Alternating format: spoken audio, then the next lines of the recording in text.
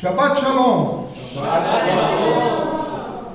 Meus queridos, hoje nós vamos ver a Parashá Vayeshev e continuou a viver, que vai de Gênesis 37:1 a 40:33. Nós veremos também estudos em Amós, e em Atos, para completar o entendimento aqui dessa Parashá. E ela começa falando assim, e Jacó continuou a viver na terra que seu pai habitou como estrangeiro, na terra de Canaã. Então, habitou como estrangeiro. Olha que interessante essa frase aí.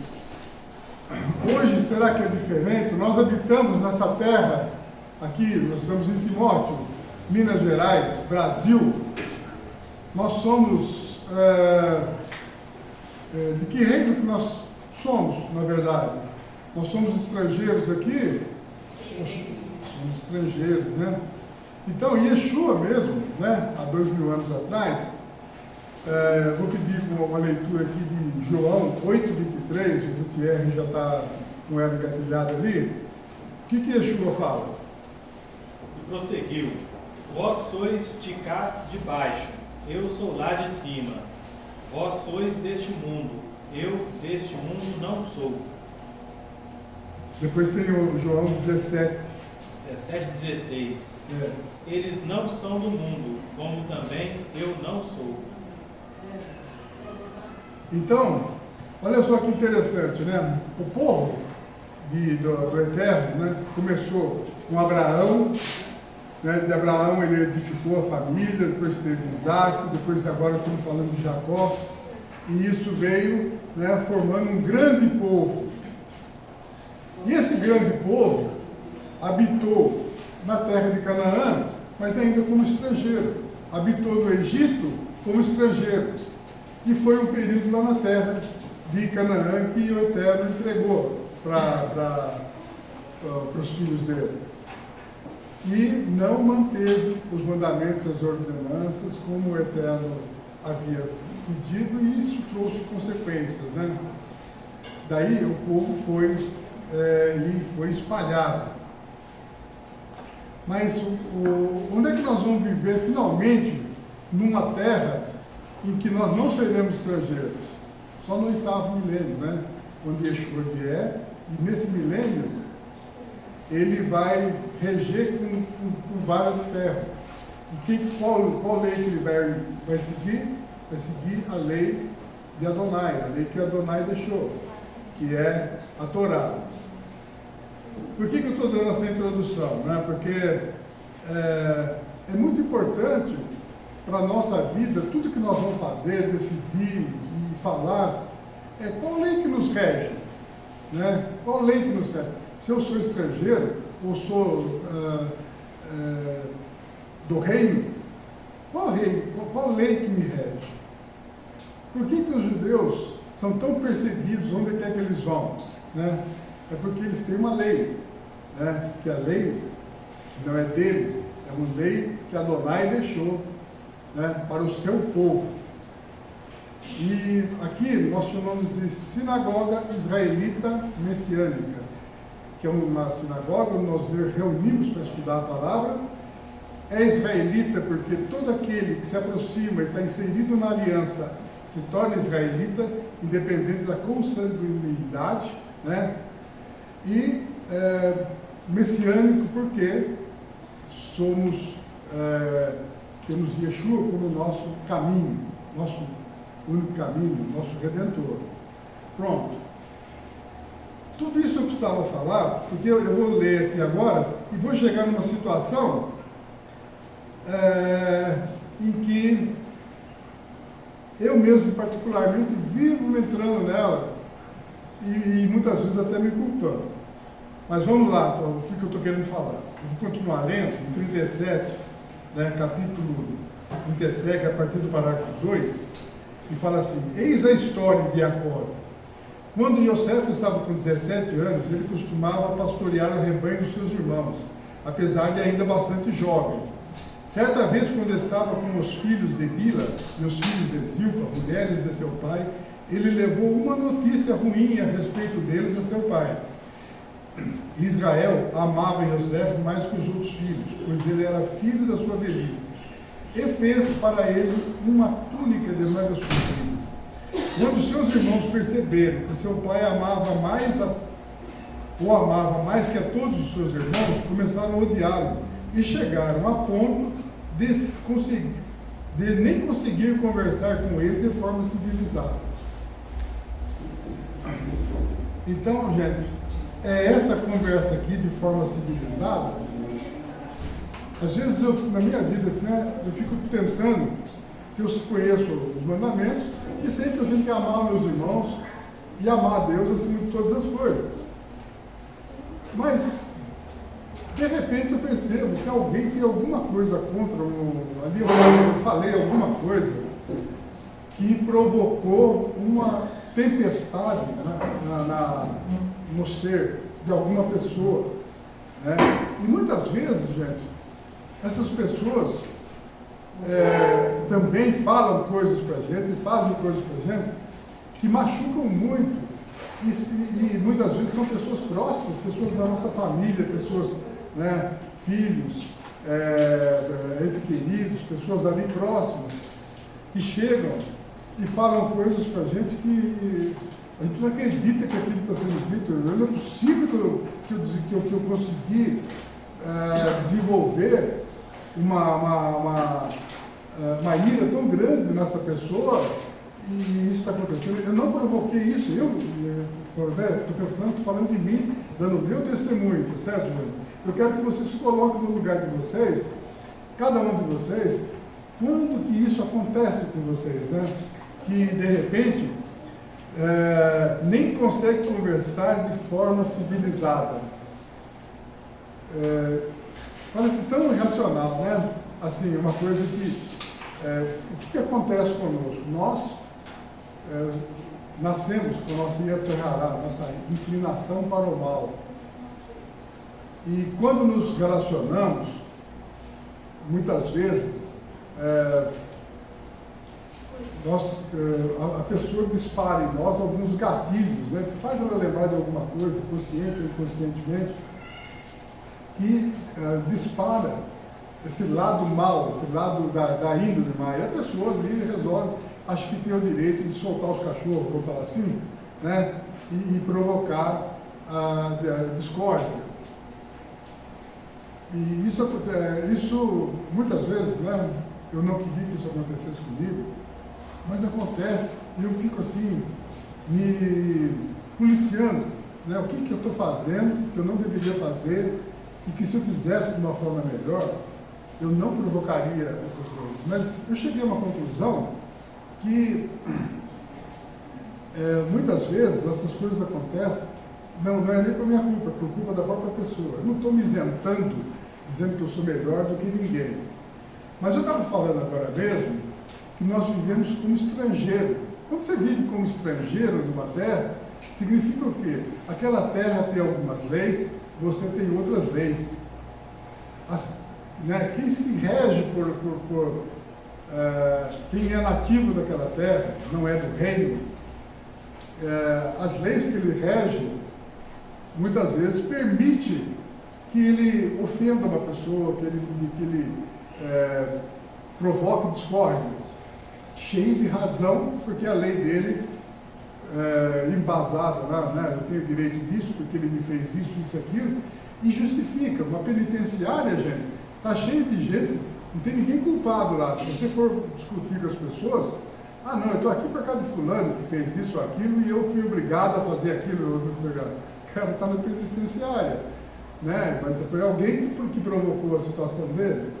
Então, essa convivência, né, é que nós temos que alertar.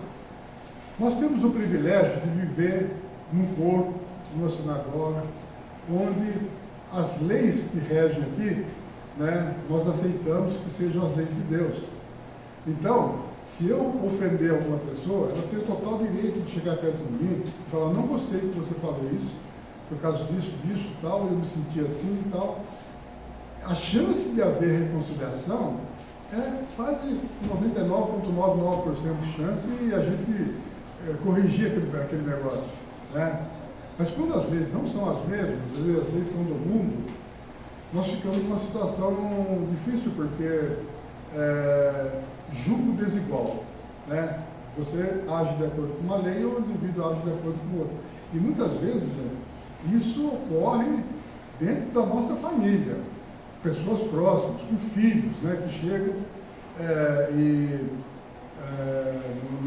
nos cobram coisas e dizem coisas para vocês que não são aprovadas de acordo com as leis que nós seguimos aqui. E aqui fala que José, né, apesar de José estar colocando a família dele, ordenando a família dele, ele tem filhos aqui de diversas esposas, e esposas que não necessariamente de origem seguiam a mesma lei. Então os filhos sofrem essas influências, né, dos pais também, né, porque todo o processo de melhoria é um processo de melhoria contínua, né? Eu ordeno minha família, meus filhos ordenam a família deles, e assim vai. E quanto mais longe isso consegue chegar, mais ordenação, paz, entendimento e bênção você tem, né, na sua vida e no seu entorno. Agora, vocês poderiam me dizer, não, mas precisava acontecer assim, para que os planos de Adonai se realizem lá no fim, né, quando José for o vice-rei do Egito, para ele chegar lá, ele precisava que isso acontecesse. Gente, a palavra de Adonai nunca volta vazia. Como que ele vai fazer para que ela se realize? Ele vai, né? Nós temos testemunhos e mais testemunhos que mostram como que ele age, transformando situações e tal, e a palavra dele, no final das contas, prevalece. Mas ele não tem prazer na morte do ímpio, né? Agora, ele tem o ímpio, aquele que não segue as leis, e aquele que segue as leis, o justo.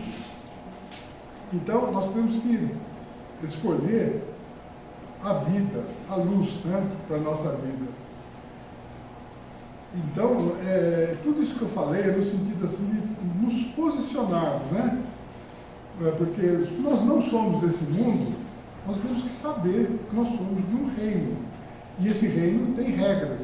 E as regras desse reino é que vão ser aquelas usadas para nos julgar no futuro e elas que vão nos dar o livramento ou não, ou a morte, né? Não, para que não soframos a segunda morte. Dito isso, né, nós vamos continuar aqui no parágrafo 17, capítulo 17, parágrafo 5, que Yosef teve um sonho e contou aos seus irmãos, e isso fez com que eles odiassem ainda mais. Ele lhes disse: ouçam enquanto conto a vocês a respeito do meu sonho, né? E isso fez, então, já foi uma previsão aqui, né, do que José seria. E interessante, né, que a palavra do Eterno sempre fala assim que ele não faz nada oculto, ele sempre conta para a gente o que ele vai fazer. Então, essa transparência na ação do Eterno, né, na palavra toda aqui, ele deixa a nossa vida muito clara. Ele nos entrega a bênção e a maldição. Ele fala: escolhe a bênção. Então, ele, através dessas visões e tudo, agora, como que nós vamos aceitando, né, introjetando na nossa vida essas coisas que o Eterno falou que vai fazer? Se já falou que vai fazer, eu vou me rebelar contra as decisões dele, as coisas, né, contra os profetas dele? A tradição aqui, a gente vê como Jeremias, né, que é o profeta, como ele sofreu, quando ele falava aquilo que Deus falou que ia acontecer. Então nós temos que aprender a ouvir, né, aquilo que Deus falou que vai acontecer, porque ele manda os profetas nos avisar para que nós possamos nos preparar. O que nós estamos fazendo aqui hoje? Nós estamos obedecendo o mandamento, né? Cumprindo o Shabat, nos preparando para a vinda de Yeshua, né? Cumprindo os mandamentos. Então, por quê? Porque nós sabemos tudo que ele já contou para a gente como é que vai ser o final da história, né? Então, quem tem ouvidos para ouvir, ouça. Bom, então ele teve 2 sonhos e a palavra fala assim, quando é reforçada a coisa, né, é porque vai acontecer rápido. Né? A gente lembra da história das 5 vacas gordas, das 5 vacas magras, que o faraó sonhou, e logo depois ele sonhou das 5 espigas, né, das 7 espigas que são maravilhosas e as outras espigas ruins. Quer dizer, os sonhos é bom para a gente ver como que a coisa funciona, né? O Eterno conta para a gente, está contando. Vamos ficar atentos a essas formas do Eterno falar. Porque tudo aquilo que ele repete vai acontecer rápido. Né? Bom, agora olha só. No parágrafo 12 fala assim, depois disso, quando seus irmãos haviam levado ovelhas de seu pai ao pasto de Siquém, Israel perguntou a Yosef, olha que interessante, ele não falou que Jacó falou a Yosef, Israel, né? Que já o nome daquilo que ele estava destinado a ser. Seus irmãos estão pastorando ovelhas em Siquém, venha, vou enviar você a eles. Ele respondeu, aqui estou, disse Israel, vá agora e veja se tudo está bem com seus irmãos e com as ovelhas e venha trazer-me relato. A palavra em hebraico aqui conta que ele estava sedento por notícias boas dos irmãos. Vai lá e vê como é que está a Shalom dos seus irmãos, né? Só que nesse momento aqui, onde é que Israel estava? Onde é que Yosef estava? Estava em Hebron. De Hebron a Siquém são 120 quilômetros. E Yosef, né, se predispôs a ir lá e foi então até Siquém. Chegando em Siquém, né, ele não encontrou os irmãos deles. E ficou sabendo que os irmãos dele foram para Dotã. De Hebron a Dotã são 190 quilômetros.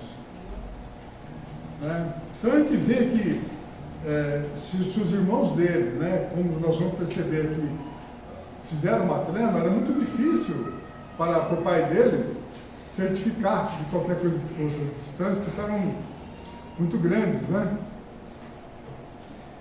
Então, os irmãos dele, no capítulo 18, fala, eles enxergaram a distância, e antes que Yosef chegar onde ele estava, já havia elaborado um plano para matá-lo. Gente, olha, né, nós estamos falando de pessoas aqui que conhecem mandamentos, conhecem, né, ordenamento, que tem uma origem de bons exemplos, né? E a gente vê que a necessidade de a gente dominar essa tendência para o mal que nós temos. E que ninguém esteja isento, né? Dizendo que eu sou melhor que os outros.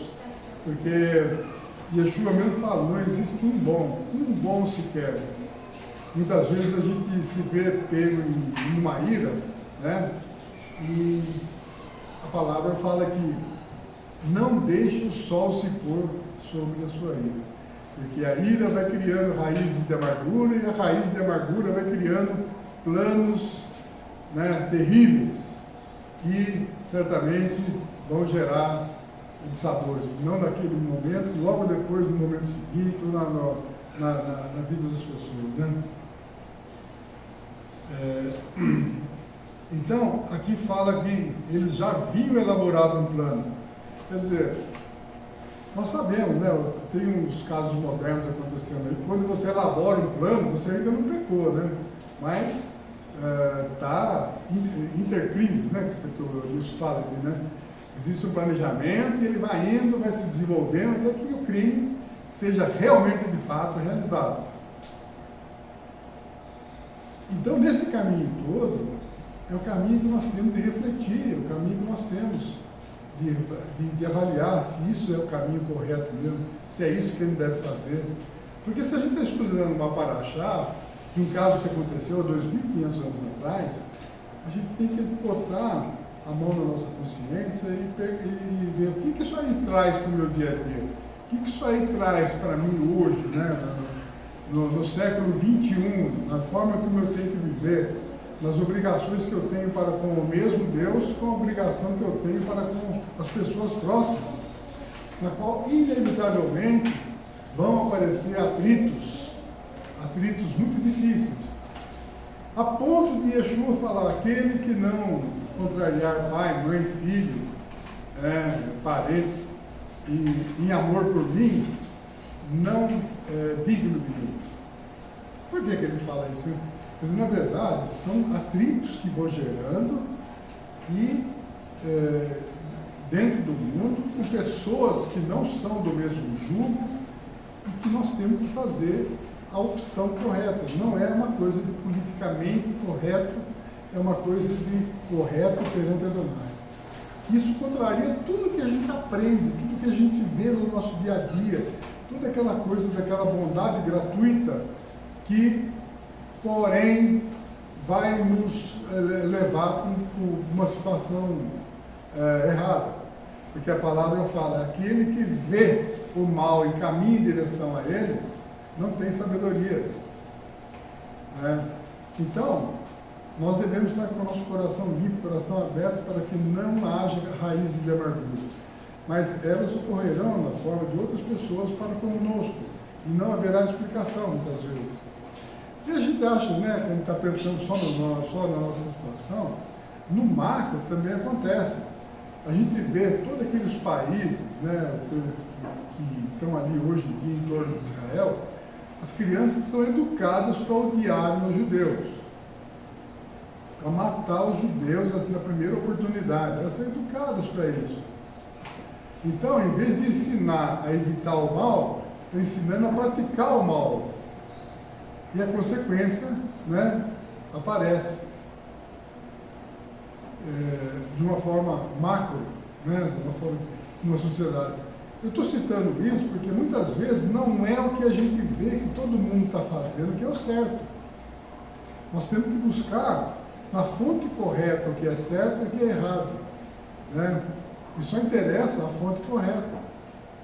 Se nós vivemos nesse país e alguma lei nos ordenar a contrariar a lei do Eterno, nós vamos ser obrigados a desobedecer.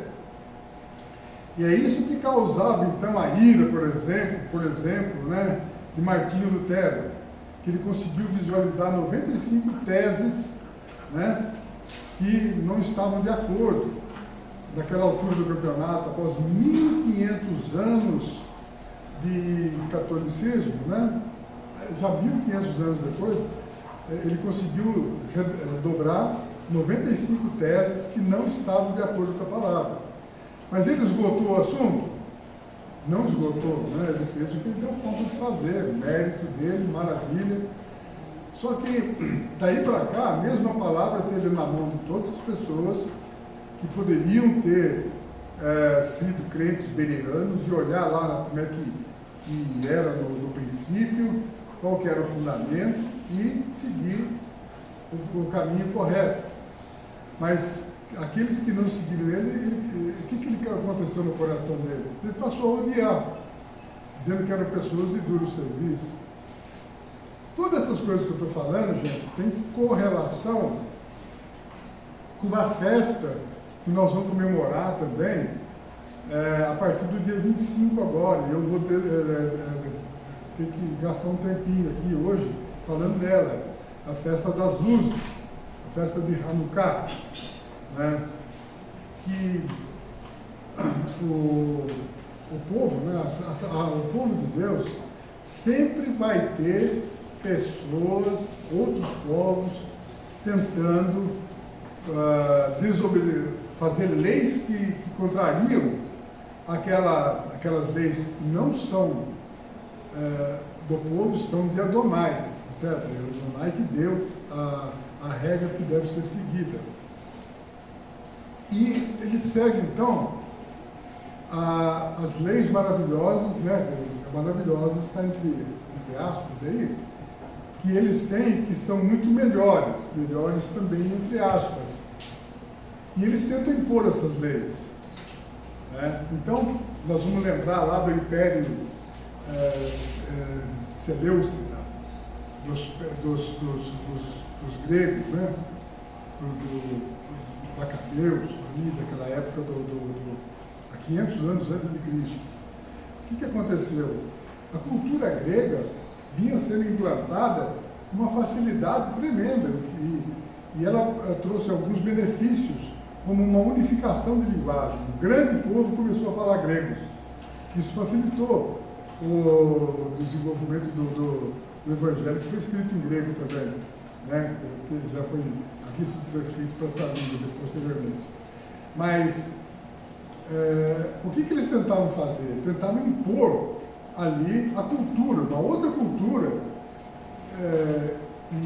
para um povo que seguia a Torá, que seguia o mandamento do Eterno.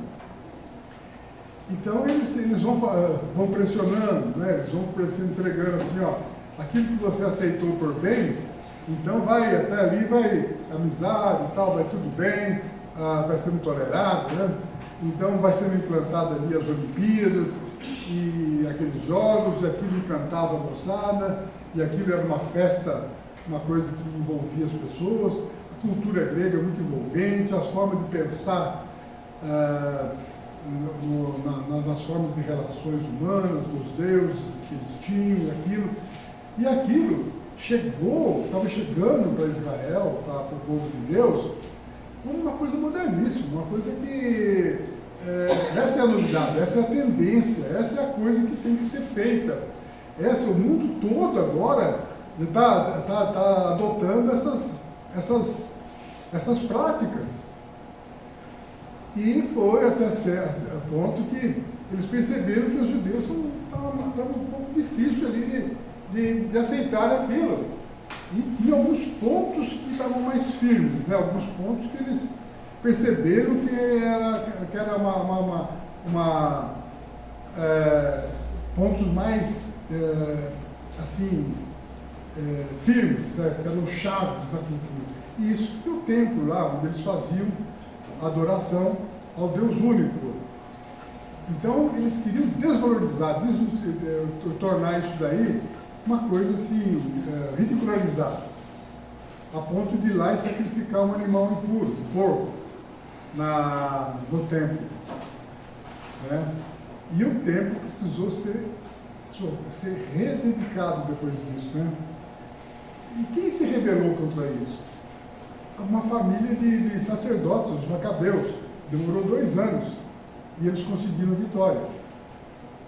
Né? Agora, essa foi a única tentativa de destruição, de assimilação do povo judeu, do povo de Deus. Vamos falar povo de Deus, né? Povo de Deus. Existe muita polêmica aí, se Israel é povo de Deus, né? Eu não vou falar isso, vou falar. Deus criou o povo dele a partir de Abraão e deu uma lei que era para todas as famílias da terra. Quem aceitasse aquela lei, aquela aliança, e entrasse na aliança, ele era considerado um filho de Deus. Né? E quantas tentativas, então? Eu passei essa semana aqui para alguns de vocês, as tentativas que houveram para a destruição do povo judeu. Eu vou fazer um pequeno resumo aqui, né? Então teve a escravidão no Egito, são 400 anos. Não foi 400 anos de escravidão, foi 200 e poucos anos, né? Tanto que o povo se repetiu, se multiplicou, entrou 70 e poucas pessoas lá e saíram mais de quase 3 milhões. Mas, então, eles tentaram escravizar, assim, o quê? A cultura, para que eles perdessem aquelas raízes identitárias deles e se tornassem egípcios, de uma certa forma. Não conseguiram. Depois teve a conquista da Assíria, destruição do reino de Israel. 10 tribos foram espalhadas pelo mundo. Isso foi no ano 722 a.C. Depois teve a conquista babilônica, em 586 a.C., com a destruição do Templo de Salomão e exílio na Babilônia. Ficou 70 anos na Babilônia. Vocês acham que quando vocês vão escravos para um país, eles vão falar, olha, vocês podem guardar a cultura de vocês, e aqui vocês podem viver de acordo com o que vocês viviam lá? É assim? Ou você vai ser obrigado a seguir o jugo que eles te impuserem? Né? Depois teve a perseguição persa, né? Sobre o Império Aquêmida, que faz parte dos Seleucidas e da história de Hanukkah, né, da história dos Macabeus. Depois teve a conquista romana, que é a ocupação da Judéia pelo Império Romano. Né? E assim vai. Olha quantas situações que o povo de Deus, que foi a primeira palavra que eu li aqui, ele era estrangeiro numa terra. Né? O povo judeu praticamente sempre foi estrangeiro numa terra. Quando os romanos aqui, a partir do 63, ocuparam a Judéia, depois teve do ano 66 a 135, a rebeliões, né, contra o Império Romano, resultando na expulsão de Jerusalém. Todos os judeus foram expulsos e espalhados pelo mundo. Né? O que eu estou querendo dizer é o seguinte: os judeus foram espalhados pelo mundo, mas eles se tornaram, eles foram assimilados? Né? Não foram assimilados. Por quê? Essa é a questão que eu estou falando, de você ter a sua identidade e saber onde você vive. Né? Tem muito judeu que vive nos Estados Unidos, na França, na Europa, nos Estados Unidos. Eles sofreram inúmeras perseguições ao longo desses anos todos. As inquisições, as expulsões, foram expulsos da Inglaterra, expulsos de Portugal, expulsos da Espanha. Tiveram os pogroms, né, que foram assassinatos em massa, né, na Rússia. Então, essas perseguições ao povo de Deus sempre houveram. Nós sempre fomos estrangeiros, onde quer que nós estejamos, porque nós vivemos no reino. Né? E interessante isso daí, né, é que Deus tem o povo dele, mas a terra que o povo vive, ele é obrigado a viver com as outras pessoas e dar o exemplo ali do que é viver sobre aquela lei e como que aquilo era bom. Nós temos aqui nas passagens da Bíblia que quando a esposa de Abraão morreu, ele precisava de um túmulo e ele foi comprar dos heteus. Por que os heteus falaram? Temos visto que o seu Deus é com você e que você prospera e que você tem, né, a proteção dele. Eles veem isso, né? E todos os povos que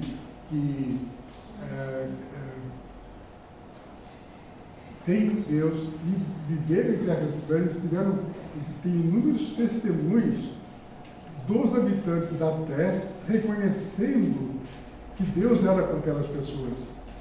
Mas por que então, se Deus é com aquelas pessoas e Deus, todas as leis deles nunca foram só para um povo, e sim para todos os povos que se aliançassem e fossem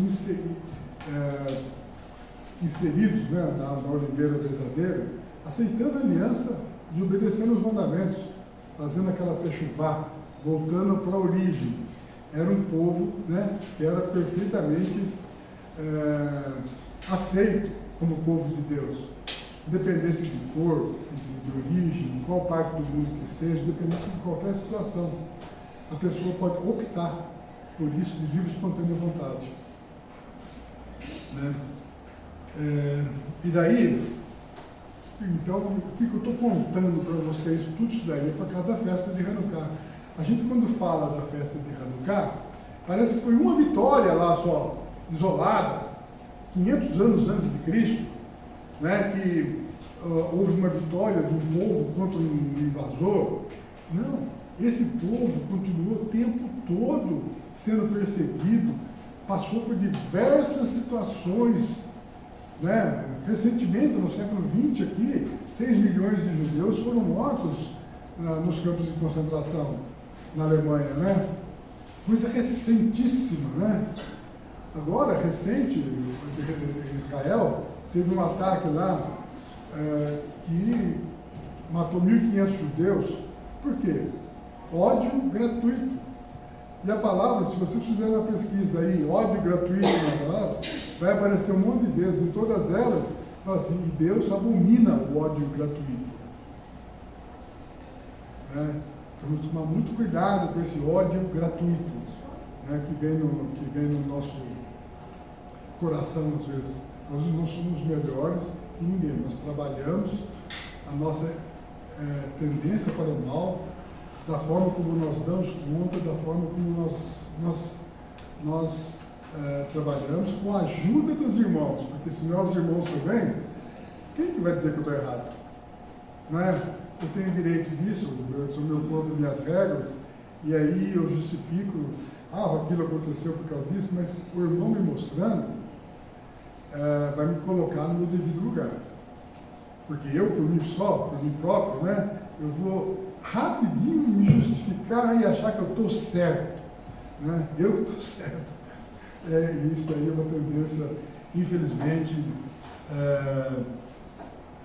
do nosso povo, né? De todos os povos que... Oi? Irmão, uma coisa que eu achei maravilhosa do que você falou aí é que, por exemplo, a lei de Deus, ela não é só para o povo, né, no início lá, mas Deus ele sempre deixa bem claro, para os descendentes, né, é perpétuo, isso é perpétuo, aquilo é perpétuo, vai fazer isso, né, de maneira perpétua, para que o povo continue. Só acrescentando isso que você está falando, mesmo na saída do Egito, a palavra fala que 70 nações saíram com aquele povo que estava lá, junto com o povo hebreu, entendeu? Então, eles, né, viram as maravilhas e adotaram as coisas, fizeram as coisas. Eles admiravam, porque eles falavam assim, que Deus é esse que fala com vocês, que faz isso, que faz aquilo, que são íntimos de vocês, ou seja, nem os nossos, a gente sacrifica, né, vidas e nada. Então, assim, as pessoas admiram mesmo. Mas, falando sobre essa questão da perseguição, a lei de Deus, ela é igual a todos nós. Debaixo da lei, todos nós somos iguais, para aqueles que querem, né? Tanto que quando essas 70 nações, né, esses povos vieram a estar com Israel, se unir, eles tiveram que obedecer, eles tiveram que ficar debaixo da lei se quisessem continuar, né? E isso cria nas nações, em qualquer lugar que nós estejamos, essa raiva mesmo, esse ódio. Por quê? Porque o mundo não é governado por lei de Deus. Então não adianta a gente esperar que a gente não vai ser perseguido, porque vai mesmo, né? Porque a lei, ela nos diferencia dos povos. Ela nos diferencia dos povos. Então, assim, dos outros povos. E isso faz com que as pessoas criam a raiva. Nossa, você está querendo ser mais santo? Você está querendo não sei o quê? Esses dias, acabei de pegar. Depois eu falo. Então, é isso que você está falando mesmo, né? Quer dizer, eles viram que Deus era com eles. Aqui, na continuação aqui, né, José é vendido para o Egito e Potifar compra José e coloca ele para administrar a casa dele. Por que ele fez isso? Porque Potifar viu que Deus era com ele. Olha que coisa fantástica, né? Era uma coisa evidente. Uma maravilha da nossa vida vai ser quando outras pessoas olharem para nós e poderem falar isso, ó, eu vejo que Deus é com você. E sabe o que é maravilhoso isso aí, gente? Porque não só é bom para a gente, como é bom para as pessoas em volta, né? Porque quando Jacó estava lá fazendo a negociação com Labão, Labão falava assim, eu vejo que Deus abençoa tudo que você faz, né? Deus está com você. E tudo aquilo que eu enriqueço, Labão enriquecia, porque Jacó era justo, trabalhava de acordo com as leis de Deus para ele. Você está vendo? Potifar estava feliz aqui, porque José era justo e trabalhava e Deus o abençoava. Então, abençoava ele, mas abençoava também aquelas pessoas que estão em volta. Olha que maravilha isso daí. Fala, meu querido. Como José, Bem alto, bem alto. lugar, ele sempre ganhava confiança. Como quando ele foi na prisão, o dono da prisão deixou ele ficar mais chave. Todo lugar que ele ia, Deus abençoava. Então, o que nós temos que tirar da nossa vida, gente? Quando isso aí é uma promessa para nós todos. Ou é uma promessa só para José? É uma característica porque ele era um super-herói, alguma coisa assim, excepcional. Entendeu? Ele era uma pessoa que obedecia os mandamentos. Né? Ele passava por desafios.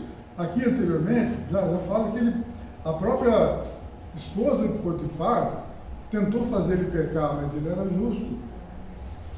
Que escolha que ele fez nessa hora? Foi porque ele não queria simplesmente, não gostava de mulher? Não. Ele teve que sair correndo de lá, porque senão ele cairia. Mas ele escolheu obedecer. Cada decisão que nós tomamos na vida, nós tomamos com base em quê? Na palavra ou no nosso desejo, no nosso prazer, na nossa necessidade carnal ou de algum outro motivo? Né? Muitas vezes nós temos que tomar decisões dificílimas, negar nós mesmos, né? Isso é o morrer, né? Para os nossos desejos em amor, né? a Adonai. Porque é nessa coletividade que nos são concedidas todas as bênçãos do Eterno. Não é na nossa individualidade, dos nossos desejos. Fala, irmão. Essa questão aí da mulher de Potifar, né? E ela falava a José, né, todos os dias. E ele até respondeu, ó, cometeria eu tamanha maldade, pecaria contra Deus? Você vai falar mais alguma coisa? Precisa. A Olha que gente vê maravilha. hoje em dia aí, a pessoa fala assim, a mulher tá dando mole pra você ali, rapaz, vai deixar passar e tal. Então hoje a gente vê o mundo mais com essa visão, né? Então aqui você vê o posicionamento dele, né? Pecaria contra Deus, então ele sabia, assim, a gente sabe o que é certo e o que é errado.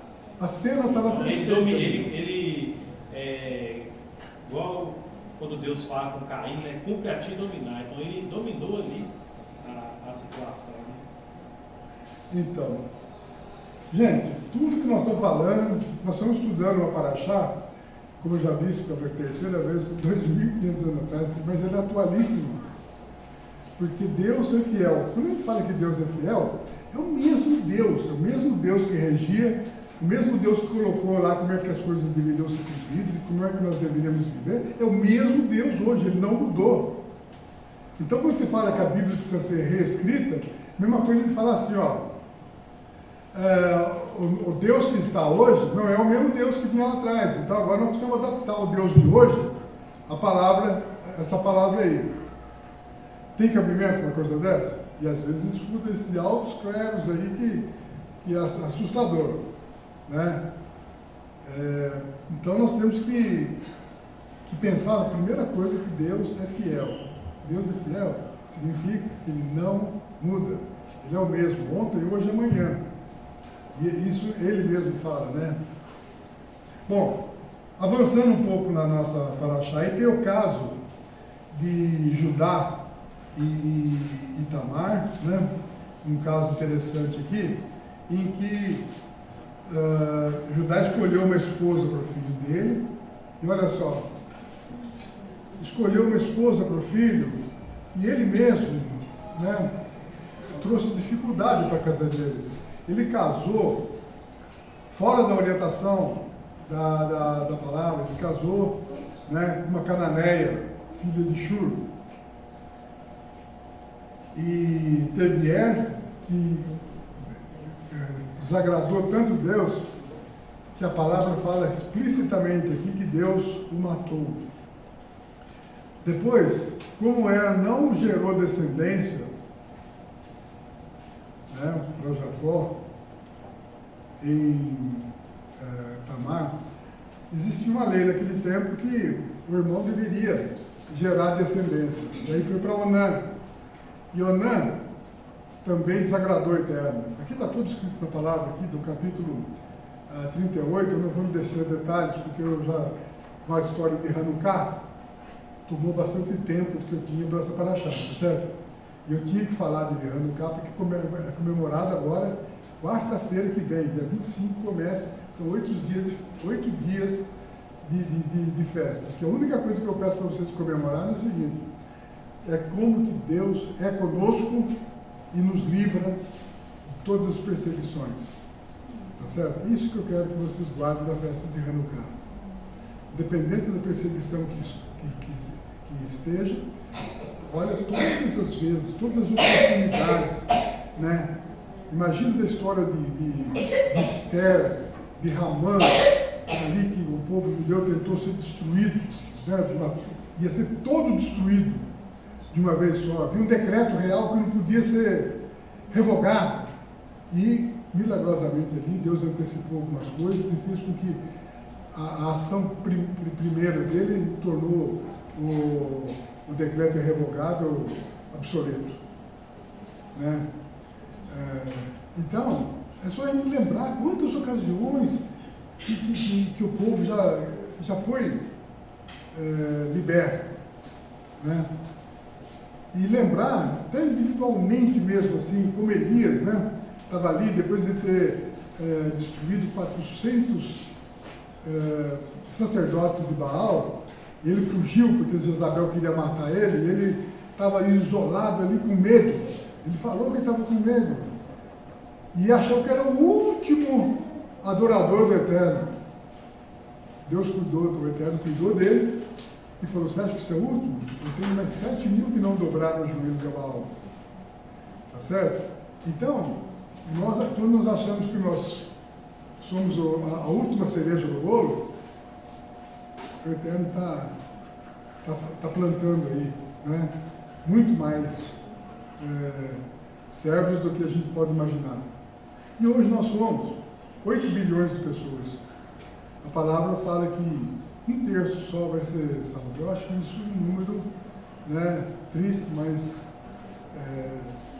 quando a gente estiver isolado, a gente tem que lembrar do caso de Elias. Ele estava sozinho e achava que era o último. Olhava em volta e só via destruição. Não é o último. Né? Ele tem, nós estamos protegidos. E não é fortuitamente, quer dizer, não foi um caso, nem dois, e nem durante um tempo, desde o princípio. Tá certo? Haverão tribulações? Sim. Nós haveremos de ser provados? Sim, no fogo. Né? Até o ouro puro de Ofir, lá, até você, o fogo vai queimar tanto ali que você vai ver a imagem na superfície do ouro derretido, quando ele está limpinho, né? Ok, mas se nós formos pensar como que Yeshua, né, o nosso modelo, o nosso Redentor, o único caminho que nos leva ao Pai, a vida dele é de um grande empreendedor de sucesso que morreu e deixou grandes empresas, coisas. Não, a morte dele não foi uma morte que não é assim que eu desejaria para mim, né? Dentro daquilo como conceito nosso. Mas o que significou, o que ele fez, o que isso aí trouxe para nós, né? Que modificação no mundo que isso trouxe. Então, muitas vezes a gente tem critérios de sucesso, de vamos dizer assim, de sucesso nessa vida por coisas que não são, na verdade, coisas eternas, são efêmeras, né? Que são usadas por nosso próprio deleite, por nosso próprio prazer, por nossa própria conveniência. Então, quem segue a palavra tem que se preocupar não com essa morte agora, com a segunda, não sofrer a segunda morte, né? Agora pode acontecer muita coisa. E os tempos estão se afunilando, né? Tem coisas difíceis para frente. Mas eu prefiro crer nessa promessa. Bom, quanto tempo eu gastei já, hein? Alguém pode me... 20 42 agora, não sei o que é. Bom, se eu fechar em mais 15 minutos aqui para terminar a Paraxá, daí nós temos o caso então de Tamar, né, que eu estava falando. E Tamar, ela conseguiu o intuito dela de ter ter os filhos, né, que ela tinha direito e foi criada então a herança ali. Qual foi a importância disso? É que um dos filhos dela, Pérez, está na linhagem genealógica de Yeshua. Ele foi o pai o avô de Boaz, né, que se casou depois com Ruth, e assim foi na hierarquia. Então, nada na palavra aqui podemos dizer que é assim supérfluo. Tem uma informação aqui que não é relevante, né? Bom, daí vem a história aqui de Potifar.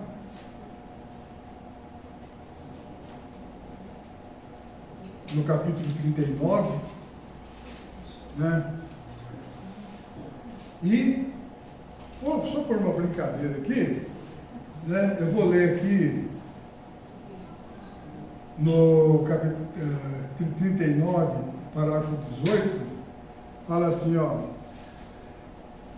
que a mulher de Potifar, né, acusando José, quando o Senhor ouviu o que sua mulher disse e mostrou-lhe, eis o que o seu escravo fez comigo, ele ficou furioso. Essa aí foi a primeira Maria da Penha, viu, gente?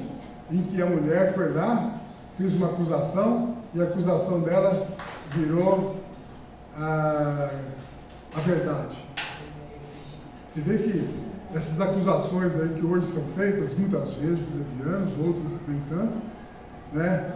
Mas a lei hoje empodera para que isso aconteça de uma forma legal, né? O homem não precisa provar se está certo ou está errado. A mulher falou e está errado, acabou. Então nós precisamos rever isso daí. Mas agora vamos passar para o 40 aqui, né? Capítulo 40 fala assim: algum tempo depois aconteceu do copeiro e do padeiro, e aí veio o que veio? Veio os sonhos que José interpretou. E José interpretou esses sonhos aqui, mais uma vez eu pergunto, é porque ele era um indivíduo especial, assim, no sentido de ter superpoderes? Não. Deus abençoa aquele que busca obedecer os mandamentos e vai se colocando em situações que exigem, né, situações extremas, assim, que o Eterno ajude com o poder dele. E até que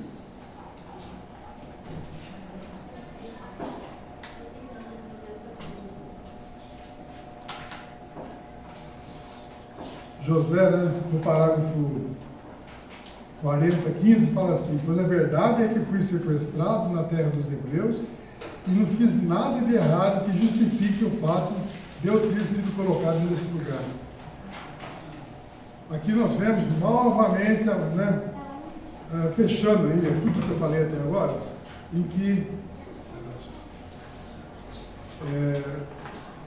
muitas vezes, né, nós estamos inocentes e somos acusados, entramos em situações difíceis e o importante é a gente ter essa sensação aqui, ó, né, de que não fiz nada de errado que justifique o fato de eu ter sido colocado nessa situação, nesse lugar, né? Enfrentar, agradecer a Deus pelo fato de estar ali. Se Ele nos colocou ali naquela situação, é porque existe um aprendizado, existem coisas que nós precisamos passar e acontecer conosco para que nós sejamos, realmente sermos servos do Eterno. Bom, em suma, era isso que eu queria falar, né? Lembrando então que nós falamos da Parashá Miketz e da festa de Hanukkah. Da festa de Hanukkah ainda, né? E fechando tudo isso que eu falei, eu vou pedir a leitura aí de João, né? João 10, de 22 a 28, que são palavras de Yeshua. Fechando tudo isso que eu falei, espero que, né, tenha tido bom entendimento, que o Eterno coloque no coração de vocês, cada um de vocês, tanto dos que estão aqui presentes, como daqueles que ouvirão via internet, para que haja, né, um crescimento e um aumento da nossa emuná. Por favor, letra João 10.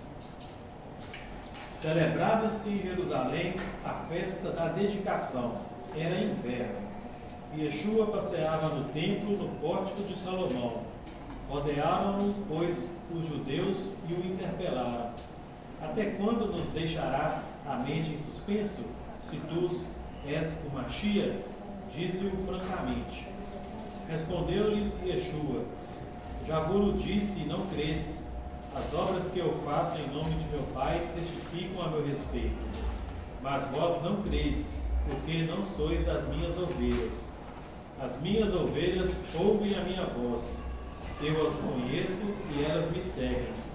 Eu lhes dou a vida eterna, jamais perecerão, e ninguém as arrebatará da minha mão. Gente, eu quero que vocês reflitam muito nesse texto. Se possível, releiam novamente em casa. Olha quanta coisa tem aí. Se vocês não ouvem, é porque não são do meu rebanho. O que significa isso? Está excluído? Então você vive no mundo, não é no rebanho do Deus Eterno. Por isso que você não entende. E essa dúvida que o povo teve, até hoje, persiste. Se Yeshua é o Mashiach, né? Quem não acredita nisso não é do meu rebanho, né? Está claro aí a palavra. Então é uma dúvida que a gente vê nos nossos irmãos, né, que guardam a Torá lá de Israel, mas não tem Yeshua como seu modelo, seu Salvador, seu Redentor. Então era isso que eu tinha a dizer. Shabbat Shalom! Shabbat Shalom!